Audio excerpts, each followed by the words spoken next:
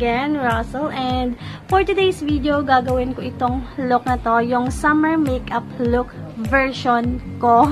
Ayan, and itong look na to is bagay na bagay sa mga beginner kasi ang simpleng-simple lang siya. Ayan, simpleng-simple lang talaga yung paggawa ko nito, and yung mga product na ginamit ko is locally available and affordable na din. And ayun, so yung mga ibang product na ginamit ko is maire-recommend ko talaga sa summer getaway nyo, mga ka-beauty bags. So ayun, since summer na nga, diba? Since summer na, actually ngayon nga summer na. So ayun, gagawin ko itong look na to para ayun, baka magustuhan nyo and para ma-inspire naman kayo, diba?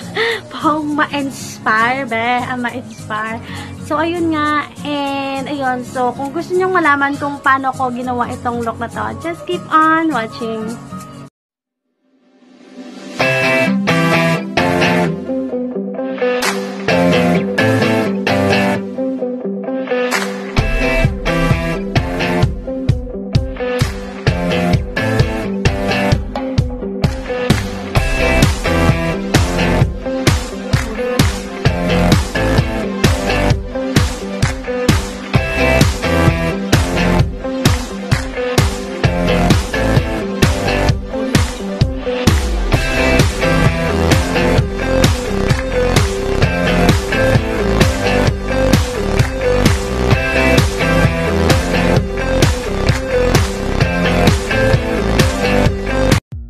Gagamitin kong base kasi may recommend ko talaga ito kasi meron nga siyang sun protection, meron siyang SPF PA++++,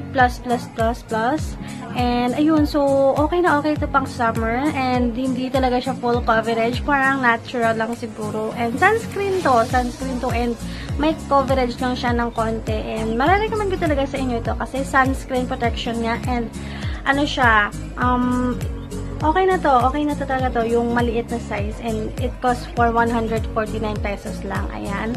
And, ayun, so ito yung gagamitin kong pang base.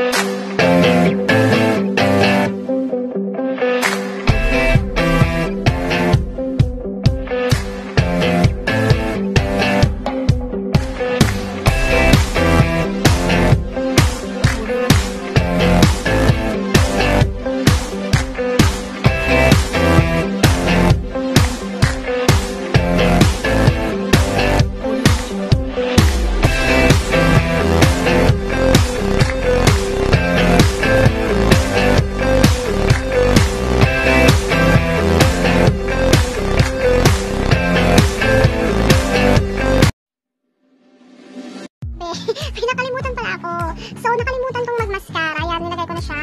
So, nakalimutan ko ng mascara. And wala akong eyelash curler. Wala akong eyelash curler kasi nasira yung eyelash curler ko. Pero, i-recommend ko talaga sa inyo or isasuggest ko talaga sa inyo na mag-eyelash curler kayo. Kasi minsan, may tendency na yung mascara na i-apply mo is, yun, hindi ka nagko-curler ha, hindi ka nagko-curler. And yung mascara lang mismo yung ilalagay mo. Minsan may tendency na yung mascara is, pag in-apply mo yung mascara, yung pilik mata mo, may tendency na bumababa yan. Kaya, isasuggest ko sa inyo na mag-eyelash curler kayo mga be. Mag-eyelash curler kayo. Kasi ako, wala akong eyelash curler, kaya wala, di ba? So, ayun, isasuggest kong mascara sa inyo is waterproof mascara. Yes, waterproof mascara kasi be, mag-swimming ka doon, mag-swimming ka sa beach, sa ilog, sa falls, sa swimming pool, di ba? Ayaw mo naman na magkakapandaay ka doon, di ba?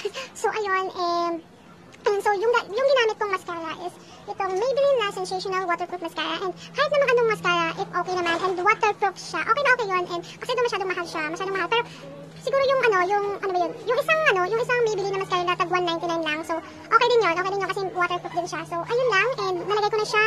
And ayun, so, yung ano pala, i-recommend ko din sa inyo, itong L'Oreal na, kasi mahal siya eh. So, ewan ko ha, pero okay na okay itong pang brow kasi pack na pack. And proof and tested ko na siya kasi ang tagal niyang mabura sa kilay ko. So, ayun. And depende naman sa inyo kung ano yung gagamitin nyo, diba? So, ayun lang naman, no? So, ayun lang. Ito na yung look ko in summer makeup tutorial. Summer look makeup tutorial. Ayan. And, pasensya na, nadikit yung lip tint sa aking ngipin. And, hindi sinasadya, ano? And, ito na yung look ko. And, ayun. So, gagawin ko lang daw ng final look.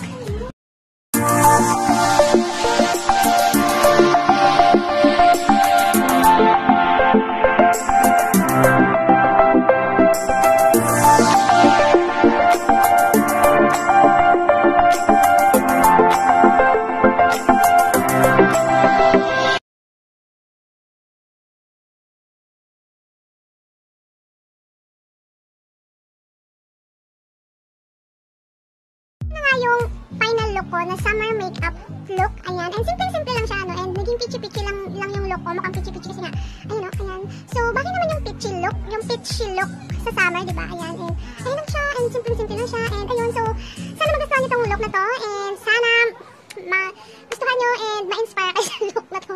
So, ayun lang guys. And kung nagustuhan nyo yung look na to, please give it a thumbs up. And kung hindi ka pa nakapag-subscribe sa channel ko, mag-subscribe ka na para ma-update ka kung may bago akong gawang video.